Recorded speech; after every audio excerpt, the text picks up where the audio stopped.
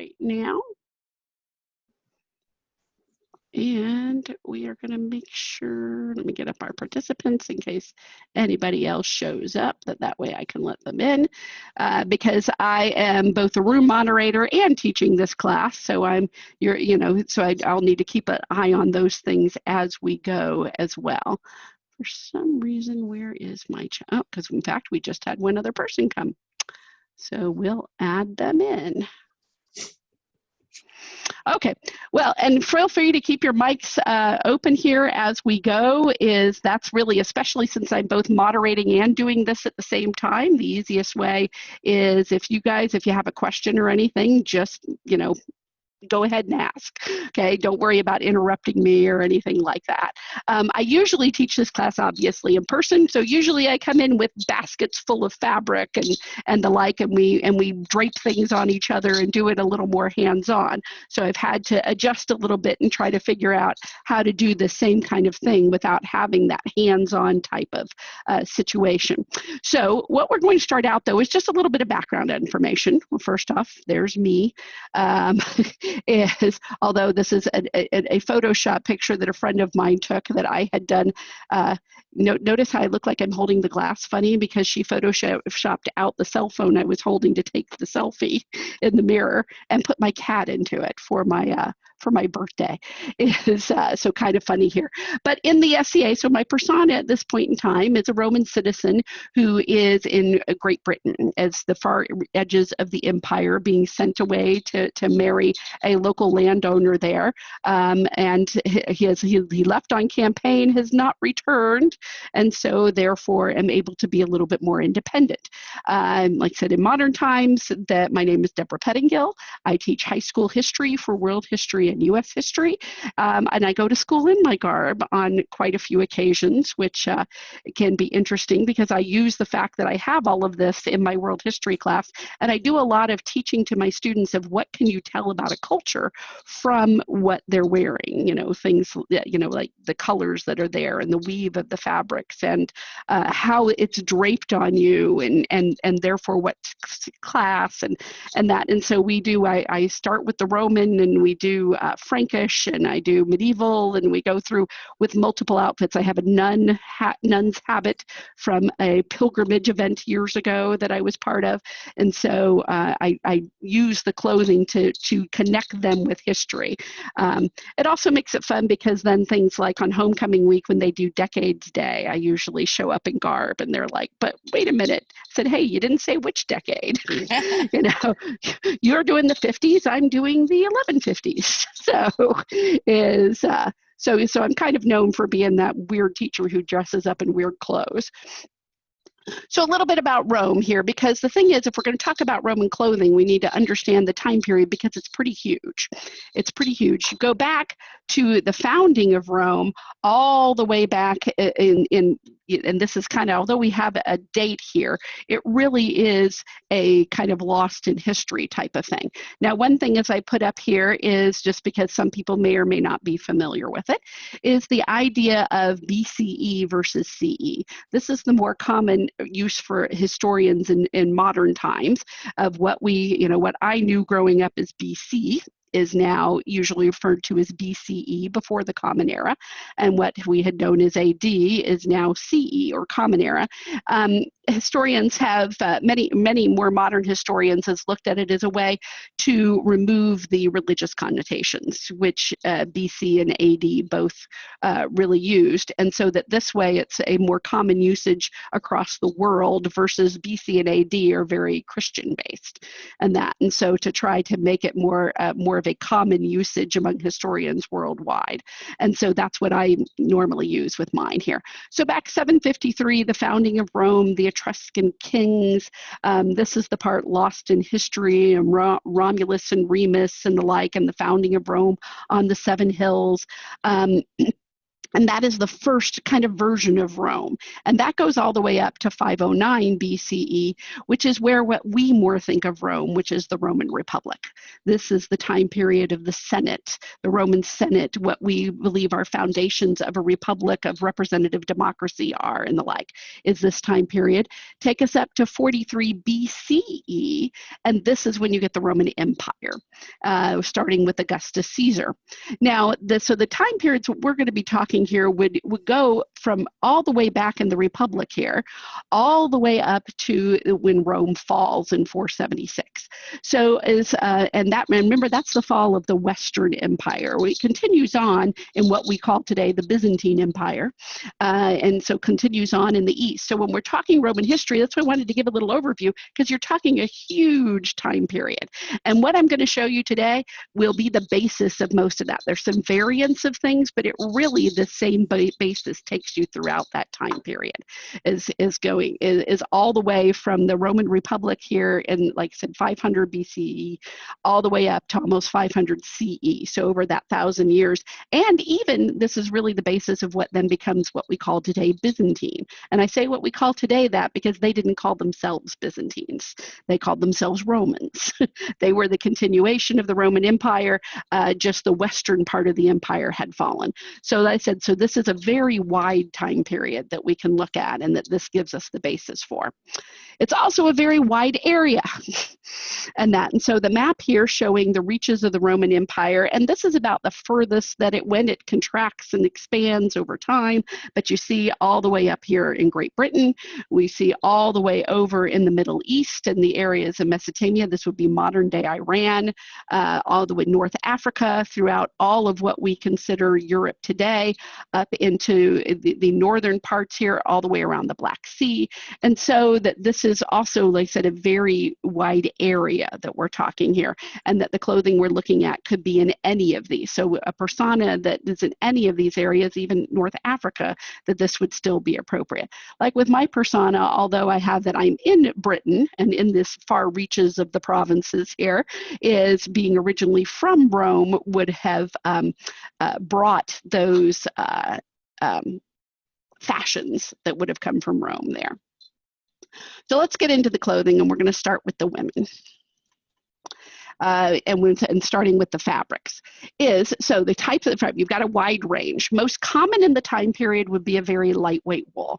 Now this is where we would touch and feel stuff if we were in person, and that we can't do as much here. But a very lightweight wool that's kind of really hard to accomplish these days. It's something that's not very available now, or if it is, it's very expensive. So we tend to not use wool as much now, but in the time period, that would have been the thing that would have been the most common and most available to people. The next one would be a linen. Now, this is also something very different than today, is linen. If you just go into a store and ask for linen, you're going to get something that's very heavy. That's a very heavy, very thick weave that is also not what would have been in period. Is the linen in period would be a very fine weave and much lighter. You can get that today. And in fact, a recommendation for you is that a company called Carolina Calicos. They carry their linen that is a perfect weight for using for Roman, that their lightweight linen is, and in a variety of colors. Now, cotton was also used in period. So some of the things we might use more often, like cotton today, is inexpensive. Cotton was used, but it was very expensive because it was from Egypt. It was a very, very fine, so although it was used, it wouldn't have been as common. Silk also used for those in the very high classes, because silk was so expensive, it was sold by the weight rather than by the length of the fabric. And therefore, for silk was often not shown as a fabric, but as a thread.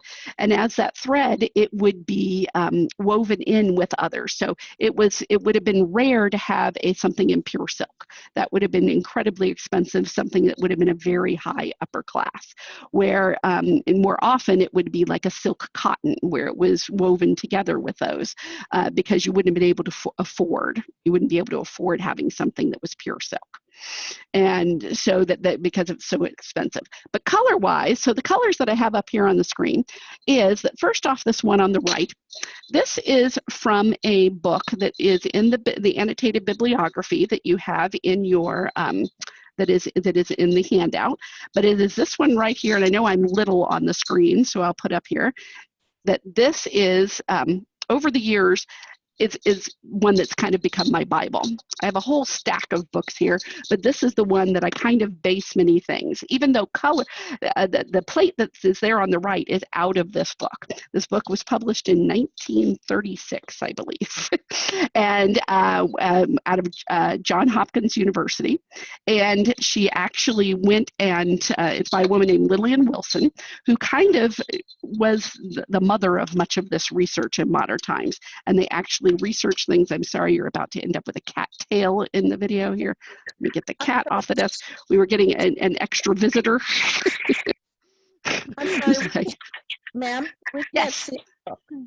Oh, you could. Well, I had held it up here, but I just had held. If you're seeing my screen as well, otherwise, like I said, it's on the. I just held up the cover, but it's on the handout. Thank you. And this plate is a picture from in there. So these were all shades of purple that they reproduced using period recipes. And so all of this here, and that was, reproduced back when this book was done. It's a plate in here that gives you an idea that this was all called purple. All of these shades would be called purple. So what we, once again, purple wasn't just one thing that we might think of, this is all shades of purple. And now the darkness of the shade would be how expensive the fabric would be how expensive it was. But all of this hanging here on the rack of the picture here, these are all colors that were achievable with dyes in the Roman time period. So this is all stuff that was achievable in that time period. These were all dyed with period techniques to see that. And you'll see here that there is just about any color that you could possibly want, including orange, including the yellows. You see multiple shades of red and purple, the blues and the like, and just about any color that you could possibly imagine. And that's an important factor because part of things is we tend to think of is that everything being in white, and that is something that most people know by now that wasn't true. But I know when I was growing up and going to school that we still had that notion that they were draped in voluminous white fabric because of the statues. We now know that those statues were very brightly painted, and so that's here is that myth of whiteness in classical sculpture, giving an idea here of this is what like the statue looks like today. Here is what we have recreated as to what they were painted like. We've been able to use modern techniques to be able to see the remains of the pigments that were there. You see again here, and the difference that really gives in these statues to have that color there, and it gives you a really different view of what Rome would have looked like. So here again, a statue that had appeared all in white, that now with the color really gives us a whole different look with things, a whole different thing. Now, just to add to modern times, the other thing to think of it here is even when we've been recreating the clothing, we haven't been looking as much as that, remember that wide map of things, that not everybody would have been white-skinned either. So there's some of our modern research has given us some very different views on the time period and how everybody looked here. These are the three things that we're going to look at now here for women as far as the clothing here, that there's 3 layers. There is going to be the tunica, which is the red here, the stola, which is what you see in blue, and then the palla, which is the outer layer. And so what I'm going to do real quick here, now I'm going to do that after this slide. Okay, so now we get to the actual garment construction. The fun part about this that makes it so that it's easy to sew whether you're an experienced seamstress or not, is the fact that it's all rectangles. Roman is just made out of rectangles. It's a very simple construction, and in part because in the time period, weaving technology was more advanced than the sewing technology was. Very complex weaving, but yet the sewing was not as complex for the most part. And so here's what the way you can pattern this for anyone is this part right here. It's all done by units, and the unit is the height of the wearer from the top of their shoulder to the floor. So to make any of the Roman that I'm talking about here, all you need to do is measure the person from the top of their shoulder down to the floor. And everything else then is done from there. And since you do it all from there, it makes sure that it's going to be proportional to you. That's going to be proportional. You don't need a width or anything else. All you need is that height. So everything that you're going to see is going to go by units, and that's what that unit is from the top of your shoulder to the floor. So for the tunica or stola here, the length will be the same. Now you're over the top one can be a little shorter, but generally they were the same length. And so it's 1 unit plus 2 inches. So that way it gives it enough so that when you belt it, it's not going to be too high on your feet. It still should be coming at least to the top of your feet, but yet at the same time it's not going to drag on you. So this length over here on both of these is going to be that, like I said, that 1 unit plus 2 inches. The width you are going to measure from 3 inches below your elbow to 3 inches below your elbow on the other hand. So that would mean 3 inches down from here, from this part here, is that will give you your width. That's the only other measurement that you need. And that, so for the tunica, this is that underneath piece. So it's the easiest way to do this that I have found. Now in period, they would have actually woven this as one long piece of cloth. And the only thing that you would needed to do was fold it over and sew up the sides. Now that's a little more complex for us to do. So I have found that a technique that works very well is that I make 2 rectangles. So this part right here is 2 rectangles. I put them together and I sew the neck part first. As I sew the neck part first, so that this part here, so you have your side seams, leaving this neck part here is about 10 inches in between. And so it kind of depends on how open you want it and how much of a drape. So between 10 and 12 is right here. And just sewing together this part right here on the shoulder on either side. So you just sew from the side here to the shoulder. And if you sew that, and then, because remember you haven't sewed the side yet, so all you've done is make one really long rectangle. Is once you have sewn that side, is that you are going to then open the whole thing up, and this is where it would be so much easier if we were in person. So you sew a little, that just from the side to here, and then take that seam allowance that you have and sew it down all the way across. I wish I had a better way of showing this to you here, because this is the most complex as it gets, but it's all just straight lines. But if you first sew this little piece here, leaving this part open, and then go back and sew the edge of your fabric all the way across on one side of the neck hole, and then all the way across on the other. And I have another picture I'll show you that may make it a little bit more obvious. Is all the way across on both sides. So ultimately you're going to have 3 seams across there.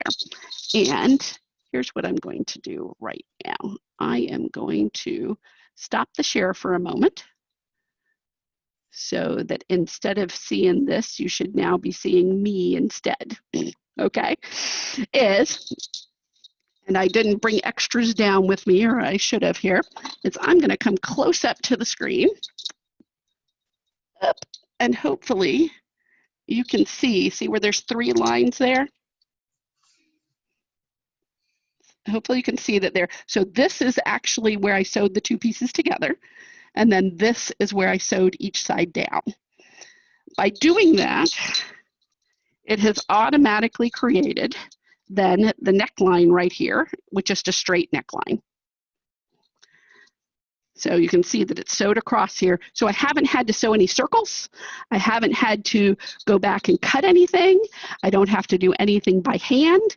So that this makes it really easy, like I said, for somebody who is not an experienced seamstress. I mean, if you are, you can get fancier with things, but the idea of this class was how to do this if you're not somebody who's real experienced, not somebody who has a whole lot of experience in sewing, or is concerned about how to be able to sew there. Okay, I'm going to go back and reshare. There we go. I do have a question. Yes. When you're doing the measurements, are you, from the top of the shoulder, are you going over the boobs for those who have them? Good question. Yes, I do. Yes, I do. Good question. Is not straight down, is I basically take it.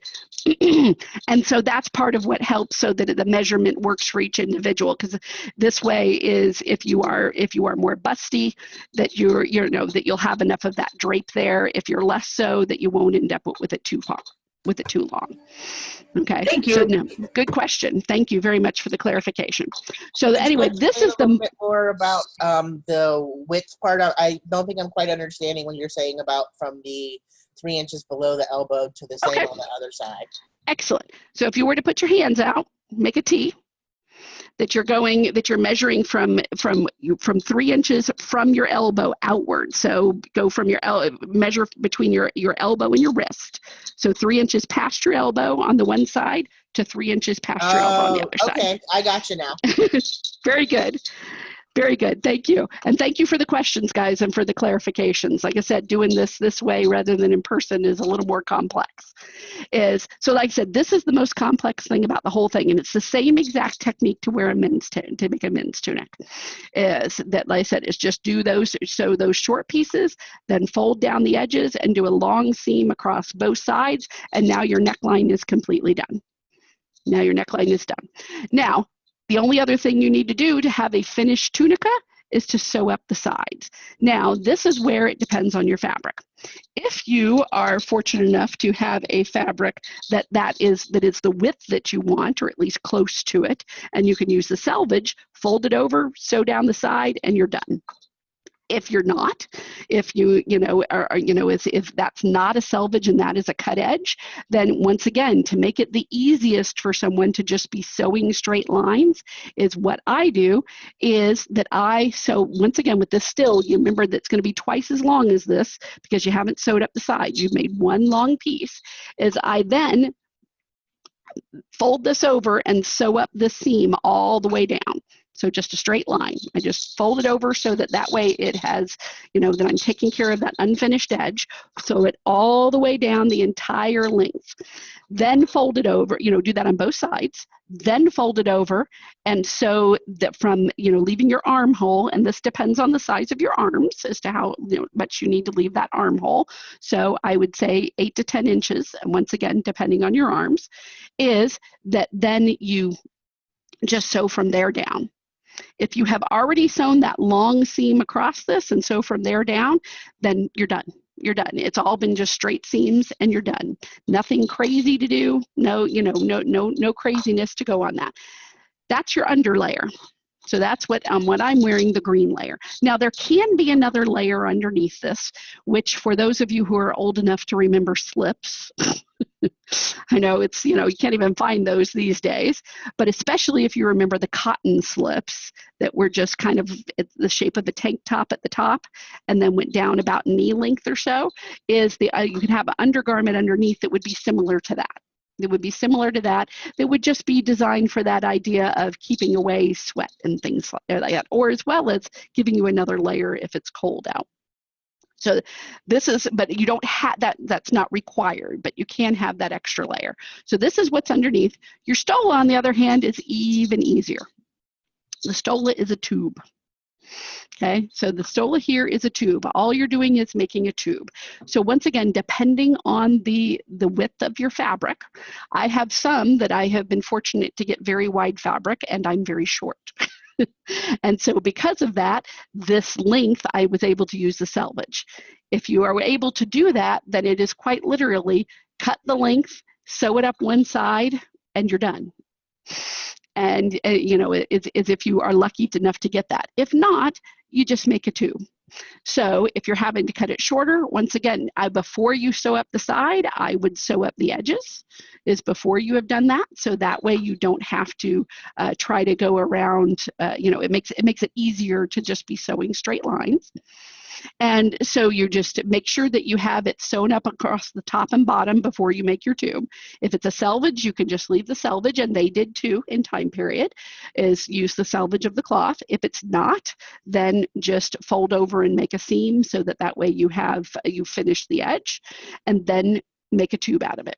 If you have a piece of fabric that isn't long enough for you to do that way, then you can sew up both sides to make a tube. If you've got something long enough that you can fold over and just sew it on one side, that works just as well.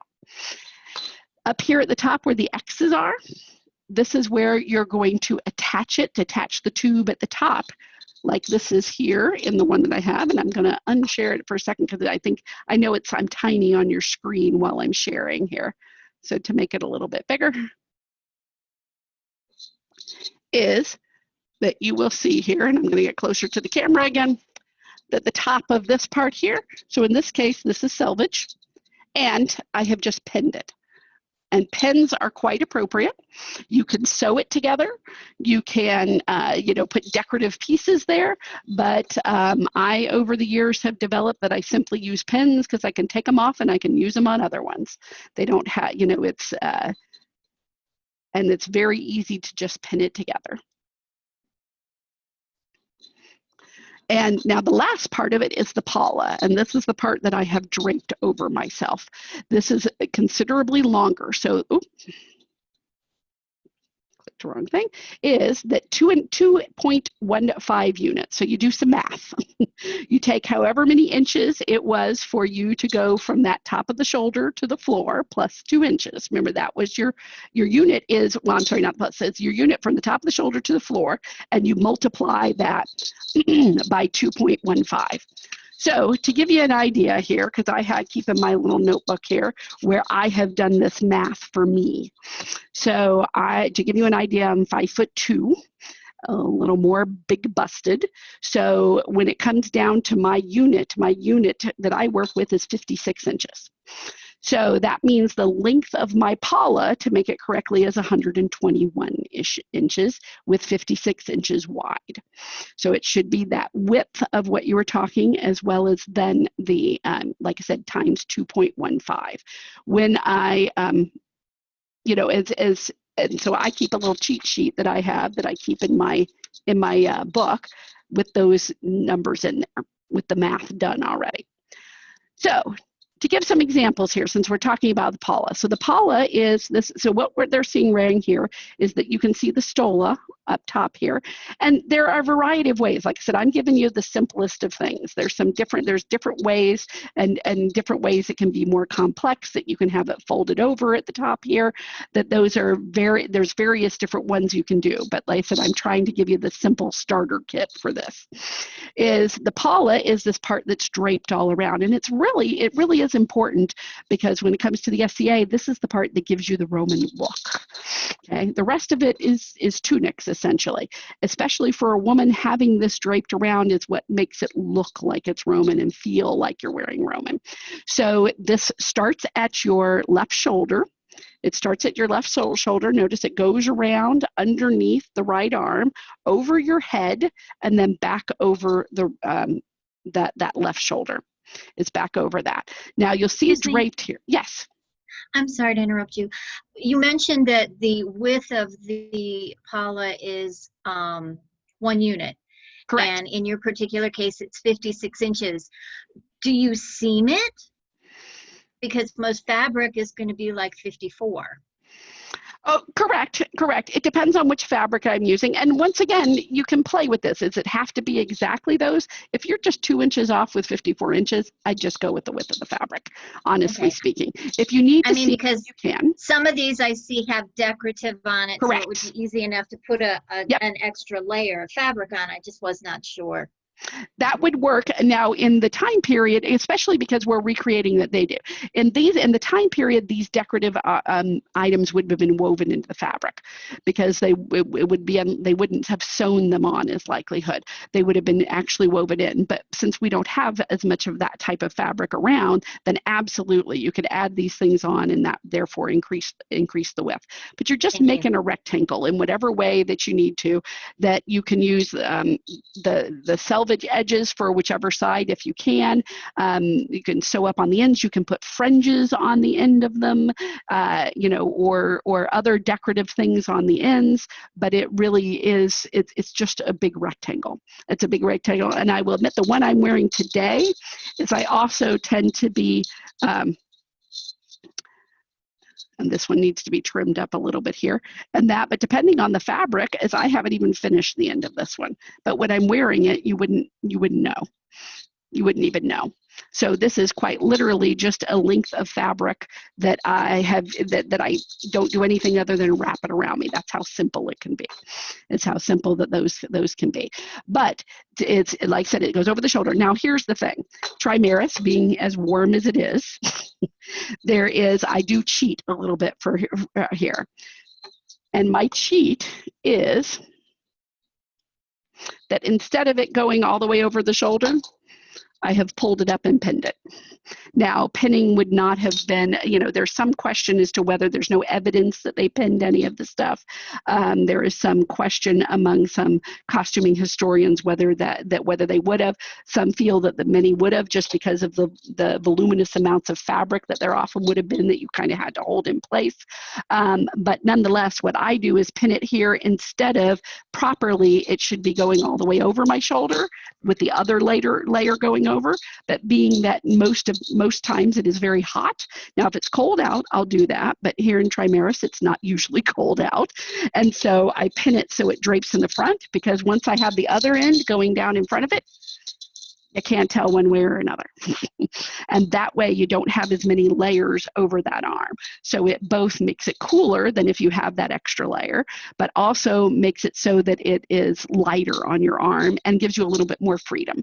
Because if you were a Roman matron at the time period and dressed in the fashions that we are talking, you would have been an upper class. You wouldn't be cooking in the kitchen. You wouldn't be doing a lot of the things that we do. So by doing it this way and pinning it and leaving a little more freedom there, including that way it makes it very easy to throw that back and leave that arm open if I need to, it then is more practical for what we're doing. Okay, it's more practical to the you know, to be able to do arts and crafts for the SCA, to work in a kitchen and things like that. So it's a little bit of a change that I do to this, so that way it's pinned up to my hair, so that that way it stays up here, but that way it's not going to, you know, like I said, it doesn't, it's I can still do things and move around. I have a question too. Yes, Theodora. If one is left-handed, would one go ahead and pin it on the right shoulder so the left arm is more free to do things left-handedly? That is an excellent question, and it is not one I have never seen anything going the other way. That doesn't mean that it wasn't that case. I have not seen that. I don't know. Dulcia, I know you're here. Have you ever seen any evidence of it being the other way around? I haven't, but I haven't really specifically been looking for it, but I can in the future. Yes. I can make a point of actually specifically looking for it, because I've recently been specifically looking for various different ways to drape the pala, and there's a lot out there. Yes. There's all kinds of variations, so I can specifically start looking for directions as well. Awesome. Thank you. Thank you very much. And going back to the share that's part of my point of this picture, that is one that I just went and found to go here that showed the different ways. I most often wear mine in the method that you see on the left. There are others with doing this. Now, the evidence that I have found would have been whenever you were outside of the home, and all the research that I have done, both on the costuming but also roles of women, have indicated that if you were outside of your home, you would be having your head covered. And so this pulling up over your head with doing there, that if you were in your home and did not have any male presence from your other than your immediate family, that did not necessarily have to be over your head, but that if you were outside, that was part of the indication that you are a respectable woman. Is actually a lot of that changed with the conversion from the Republic to the Empire. and a lot of those old laws kind of fell to the wayside. And there's a lot of commentary if you read in the proceedings of the Senate that that really wasn't a thing anymore. By the middle of the 2nd century, women were more interested in displaying their hairstyles to their husband's chagrin than they were in covering their heads. Well, this gives you several different options here too, of just even how it's wrapped. I've noticed here that it's kind of tied at the shoulder. Here you've got more over your head, thinking more like a shawl type of look, and that, so that there are multiple ways that you could be wrapping your pala with doing that. There's multiple ways of doing that, and as well as multiple ways of still doing it and showing hairstyles too, that is there as well. Is that, you know, so that we see here, you know, this kind of the classic that I was talking about of over the one arm, that we see with several different options here. Here we've got it a little bit longer and a little bit more draped in front. So it really, part of it is going to be your comfort level, and as well as what works for the fabric that you use. Is that you do want to do, it works best if it is something that's a little more lightweight fabric. I have over the years found that what has worked best for me is cotton saris. Okay, is cotton saris, that very lightweight sari fabric that works very well for draping for that. It can work well for actually making the stolas and the tunicas from as well, but works very well for, especially here in Trimaris. It's there, and the cotton does well in that keeping your drape as you can see here, is keeping that drape and giving the folds. The cotton works very well. When you get some of the stuff that is more the shiny and slick or even silk, it can be harder to kind of keep it in place, as well as hot for Trimaris, that it just gets very warm here for trying to do that. So a couple of other examples here. Now also then you can see here with a pinned together one without that pala, is because that pala also could depend on class here, that the servants and the like, because once again, this is where when I teach my history classes and we talk about looking at this and going okay, what can you tell about social class? What can you tell about the fabrics that are there and how they drape and what they're made out of and the colors that they are, that's part of the difference that you would see, is that those brighter colors are going to be more expensive, as we often still see today, that they're going to be more expensive, they're going to be higher classes, and you can mix colors in any way you like. Here is I have a stack of each of the three, and you can quite literally pick one from each, and mix the colors, mix the styles of things, things that we would think of not necessarily matching would not necessarily be an issue, and that is being able to mix those together. Now, real quick here then is on the men. So the men here is this, what's called the closed shoulder tunic, would be what I had showed you for the tunica with those measurements that I had showed you earlier. That closed shoulder tunic is basically the same thing. So what we think of as pretty much the standard men's tunic is the same exact thing as what I had showed you as the tunic or under tunic. The only real difference here is these stripes.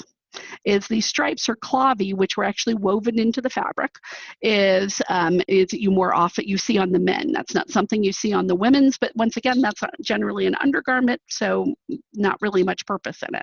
You could also see men's done as a gap sleeves tunic, which is basically how this stola is done, and that with the fastenings, or as well as the same thing of just having one fastening versus multiple. So any of those three styles can be done for the men's, but most often what we see is the closed shoulder tunic. And so here you can see in this picture a little bit better that also even shows you for the women's, because remember the women's made the same way, just longer. And as we can see here that it's just a rectangle that's essentially folded over. You're talking the same width as the women's, so that 3 inches below the elbow. The length of it really depended on a lot of things, because it was throughout many time periods of Rome fashionable for men to show off their legs. And now showing off their legs, though, meant depending on if you had legs to show off. So military tunics tend to be much shorter. Now, one, that can be, out of the way when you're fighting, but also if you got to think here, the military guys are more likely to have legs that you're going to want to see. is where, you know, philosophers, the older men in the Senate, and it generally had long tunics. And so that could be depending on your time period, since we're talking a very large time period, is that really that length is really kind of up to your comfort level, here, is to how short or how long a man would want it. But it's the same exact technique that we had talked before. So what I was talking before was sew along this line right here first, leaving this gap for the neck, and then just making one long rectangle of fabric, and then go back and make 2 seams, one on each side of this neck hole, that go all the way down. And that way that finishes your seam at the same time as it finishes your neckline. So your neckline is just a slit. It doesn't need to be rounded at all. It's just a slit, so that when you put, but wide enough so that when you put it on, it drapes down. Let's see, and that red that you see there is in particular very much military tunics, is that the military tunics done in that red and that. I have a question in reference to the neckline. Yes. Sorry, I was just laughing at the caption on this one. When trying to do these, admittedly with my bed sheets, I've had a difficult time figuring out how wide the neckline needs to be so that it does drape a little bit but doesn't fall off my shoulders. And is that just a habit you get used to figuring it out, or is there any way to start off right? Well, the measurements I would give would be between 10 and 12 inches, but to a certain extent, it does depend on you. It's got to be big enough to go over your head, but as you said, not so big that it's going to drape off your shoulders. So some of that's going to depend, because it's going to vary a little bit from individual to individual. When I first started making them, part of what I did is pinned it and tried it on that way. Is pinned it straight across and pulled it over to see what would hang over my head before I sewed anything. But that's one that I can't, that is just a little bit that you have to work for yourself, that you really do, because like I said, you want it big enough to go over your head, but really not too much bigger than that, or you're going to end up with that problem where it's going to look like it's hanging off your shoulder. Okay, thank you. Okay, so togas real quick here. First off, they're huge. Okay, they are enormous. So in that very imperial early time periods that they could be worn by anyone, but fairly quickly the evidence is that women stopped wearing them unless they were prostitutes. But so it became more of a male thing, and even then becomes more of something that's worn for special occasions or for the Senate and the like, because it's just otherwise it's kind of unwieldy. We think of frat parties and togas out of bed sheets, and that would not work, because these are much, much larger. Because if you get an idea here, so this AB right here is going to be 2 1/4 units plus your waist. Okay, so like in my case where that unit was 56 inches, you're talking, that times 2 1/4. So you're going to talk 112, I'd have to do the math, plus about 1,535 plus my waist. You're getting the idea as to how that's with this way. C to D, on the other hand, is going to be here, it says 1 and 13, so almost 2 units, just a little bit less. This part here is where it folds over along here. But these are, I said, I'm not going to get into this too much. I've got there's more information on it on the handout. There's additional stuff there, and I'd be happy to talk individually, but they're a lot more complex than people tend to think, that they think it's something you just wrap around yourself, and it's much more complex. What I do want us to get real quick, though, is something that was much more common for men to wear. And much more common to wear over that tunic would be a cloak, or there's several options of this, but the one I'm going to give you is called the LACERNA. And the LACERNA here is very easy to make, because it's once again a rectangle, and you can just do a straight rectangled one. There's a different name for it, but to give that, once again, that drape, we think of more of what Robin looks like, is you round off here. You can either just cut off triangle off the edge or round it as you go, and kind of do almost a half circle almost, it's more of an oblong kind of thing to do with here. But this gives you those measurements again. So I gave you an example here on the size for this. So for a 6'4" male, this AB across here would be 96 inches that it came out for him, versus the EF would be 52 inches. And when you sew this, then you pull it across and pin it on one side. You pin it on one side so that it can drape down, that you can kind of see it a little bit in that picture.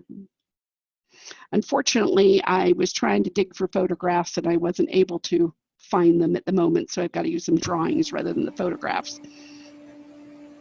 Theodoria, you got a question? I got a question.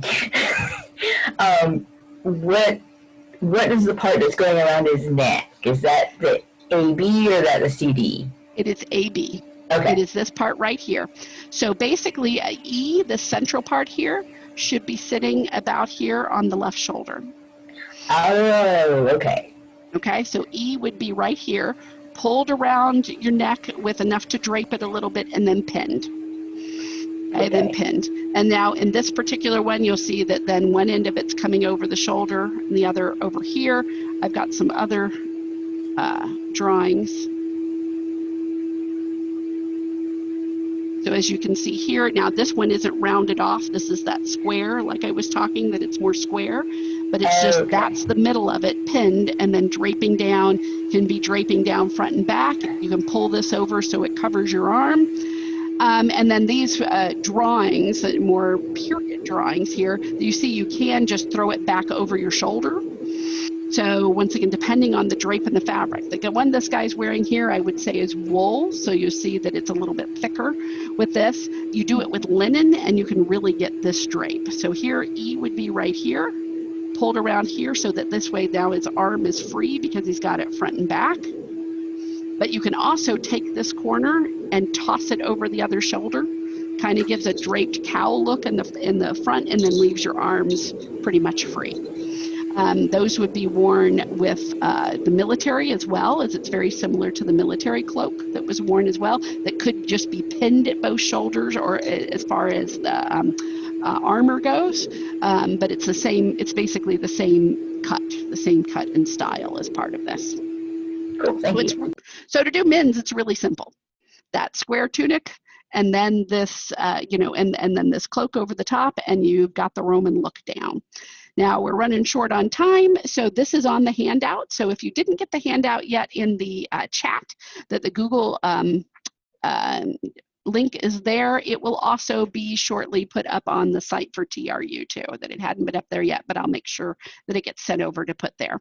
So I've given some various books here, as well as it's, annotated with some ideas of some things about them. Some things like, well, this was more of a social history, but gives you some good information on women's part of their goods. You get uses some plates from another one of the books, but it has very good general overview. So this one's a really good one to kind of give you some overview. The book I was talking about that I lose here is called The Clothing of the Ancient Romans. That's a good base to start with if you can find it. It said it's hard to find because it's pretty old. She also did one specifically just on the Roman toga. That's an entire book. So that kind of gives you an idea of how complex it can be, because this book is entirely just on the Roman toga. So it can be a whole lot more complex. I really like this one here too, The Roman Era in Britain. Because I like to do that, combination of things there. Anyway, thank you so much, guys, for being here. I'm sorry we're running short on time, and we have another class coming up. Thank you. That was lovely. Okay, well, very much. Thank you very much for being here. And enjoy your next class. Thank you. Thank you. Thank you.